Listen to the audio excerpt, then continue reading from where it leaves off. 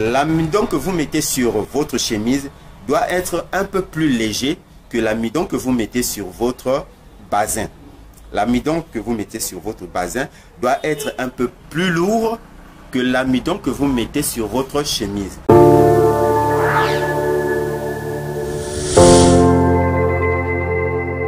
Salut et bienvenue sur la chaîne. Si vous êtes là pour la première fois, sachez que ici nous parlons du business du pressing et du repassage. Et si vous êtes nouveau sur la chaîne et vous voulez expérimenter avec nous ce savoir, abonnez-vous à la chaîne et activez la cloche de notification afin de ne rien rater sur nos prochains numéros. Aujourd'hui, je vais vous montrer comment est-ce que on prépare de l'amidon et comment est-ce que on utilise de l'amidon sur un habit. Parce que c'est la question que notre ami qui m'a posée et je voudrais bien la répondre. Je voulais faire une autre vidéo, mais j'ai voulu la répondre le plus vite possible parce que je constate que c'est un besoin indispensable dans le repassage ou encore dans notre travail. Comment est-ce que nous devons préparer notre amidon? Bien évidemment que je n'ai pas emmené des outils ici, je prendrai juste des exemples sur des instruments, des petites choses que je vais utiliser.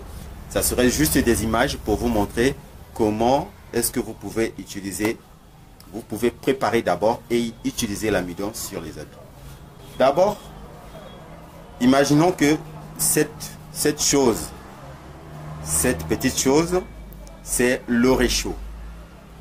Je n'ai pas dit que c'est le réchaud, mais imaginons que c'est le réchaud.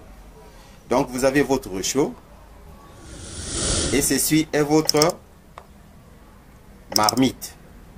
On imagine que cet instrument de cirage est notre marmite. Donc nous avons pris notre marmite que nous avons mis de l'eau et chauffé sur le réchaud. Je dis que ce ne sont que des exemples. Donc c'est à vous de les pratiquer chez vous par rapport aux exemples que je suis en train de vous donner maintenant. Donc vous avez chauffé votre eau sur votre réchaud.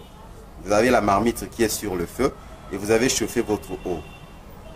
L'eau doit bouillir à fond, donc à 99,9% de chauffage. Donc vous mettez votre eau, l'eau chauffe. Pendant que votre eau est en train de chauffer, vous prenez un instrument comme celui-ci, le gobelet, ou encore un autre instrument. Vous le prenez, vous prenez de l'amidon, vous mettez à l'intérieur. D'abord, j'aimerais souligner que l'amidon, c'est une matière en poudre comme du foufou. Si vous êtes en Afrique, vous connaissez bien du foufou. Donc, vous prenez de l'amidon, vous mettez ici dans l'eau froide, vous mélangez. C'est comme on fait la bouillie avec, quand nous faisons de la bouillie de nos enfants ou nos bébés. Donc, après avoir mélangé votre amidon avec de l'eau froide, vous le prenez et vous le mettez dans l'eau chaude et vous mélangez jusqu'à ce que l'amidon se coagule, c'est-à-dire qu'elle change de forme, elle devient comme une pâte dans de l'eau chaude. Vous finissez de faire cela, en tout cas malaxer jusqu'à ce que l'amidon devienne assez pâteuse. Et lorsque vous allez finir, vous enlevez votre marmite sur le feu, vous le mettez à côté. Vous prenez un filet, donc un truc comme ce que je suis en train d'utiliser là. Donc cherchez un filet comme ça, ou une voile, quelque chose de comme ça, mais il doit être de cette manière. Donc vous prenez cela, vous mettez sur la marmite que vous avez déjà préparé l'amidon et vous renversez cela sur, vous renversez votre amidon que vous avez déjà préparé. Ici, il n'y a plus rien. Donc, vous renversez cela dans l'instrument que vous êtes en train de travailler. C'est-à-dire, vous prenez de l'amidon et vous le renversez dans le machin. Ce filet va permettre de filtrage de l'amidon, pour ne pas que l'amidon, parce qu'il y a d'autres amidons qui ont des résidus à l'intérieur, donc des choses qui ne sont pas très bien. C'est bon, quand vous mélangez comme ça sans filtrer, cette saleté là reste sur les habits lorsque vous allez mettre vous allez faire le mélange avec des habits. Donc vous devez le filtrer comme je le fais comme ça, vous le filtrez avec ce filet. Après que vous avez fini de faire le filtrage, vous prenez un seau, une bassine, je ne sais pas, l'amidon que vous avez déjà filtré qui est dans votre gobelet. Vous le prenez, vous le mettez ici dans le seau, juste un tout petit peu, parce que ne mettez pas tout l'amidon.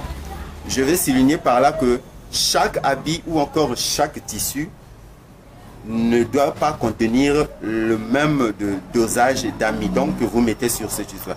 Je vais prendre un exemple simple, parce que par exemple, lorsque vous mettez de l'amidon sur votre chemise, l'amidon que vous mettez sur votre chemise n'est pas pareil que l'amidon que vous mettez sur votre basin par exemple. Non, le dosage n'est pas la même.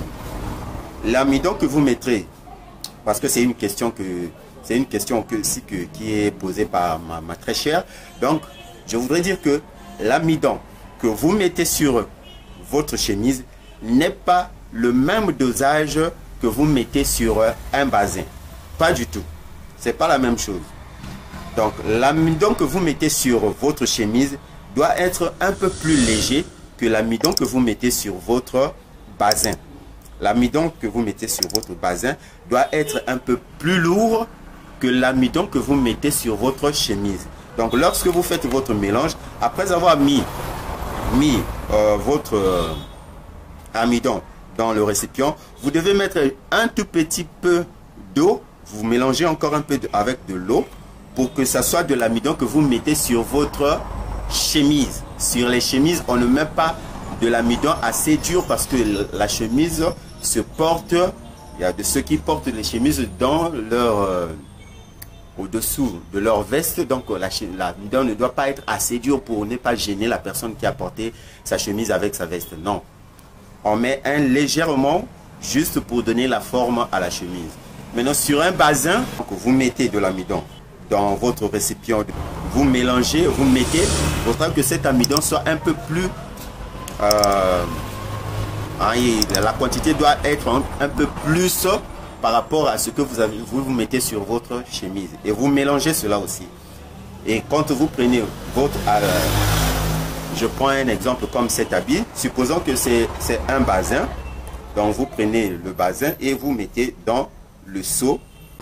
Donc vous secouez, vous secouez, vous secouez jusqu'à ce que vraiment l'amidon tienne vraiment dans votre basin. Et vous finissez, vous ne le rincez pas, hein, ne le mettez pas dans l'eau froide pour que puisse rincer. Non, non, dès que vous sortez votre basin dans votre basin que vous avez déjà amidonné, vous le prenez et vous essorez.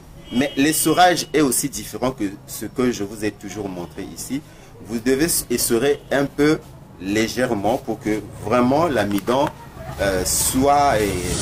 vraiment tienne vraiment dans le basin. Et sur la chemise, c'est la même chose. Quand vous allez faire cela, vous mettez de l'amidon sur la chemise et vous essorez. Si vous avez une machine à essorage, vous le passez directement dans une machine à essorage. Et si vous n'avez pas de machine, vous le faites à la main, comme je vous ai toujours montré ici. Donc, quand vous essorez avec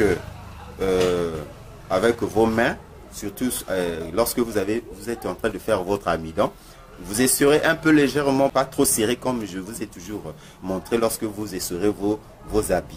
Vous essorez un peu légèrement et vous, après avoir fait cela, vous prenez votre habit et vous le mettez au soleil. Maintenant, quels sont les types d'habits qu'on doit amidonner? Tout ce qui est coton peut être amidonné. Je dis bien tout ce qui est coton peut être amidonné, à l'exception peut-être des tricotés. Ça, les tricotés, on ne peut pas les amidonner. Les polos, bien que ce soit en coton comme vous le voyez, mais on ne peut pas aussi les amidonner. Donc on ne peut amidonner que les chemises, les basins, les tissus laine. C'est ça aussi, ça peut être amidonné. Les pagnes comme celui que vous voyez maintenant. Ça aussi, ça peut être amidonné. Ouais, c'est ce genre d'habit que nous pouvons mettre de l'amidon sur.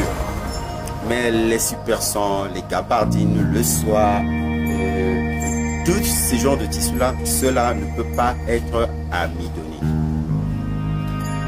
Voilà ce que j'avais à vous donner ou encore à répondre à la question sur la préparation de l'amidon et comment l'utiliser. Si je n'ai peut-être pas dit d'autre chose, vous pouvez toujours poser vos questions.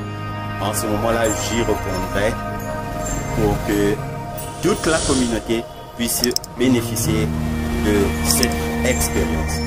Voilà ce que j'avais à partager avec vous aujourd'hui. J'espère que vous avez aimé la vidéo. On se revoit à très bientôt. D'ici là, portez-vous bien.